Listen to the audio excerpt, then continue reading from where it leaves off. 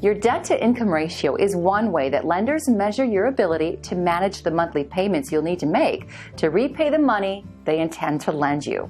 Let's take a look at how this ratio is calculated.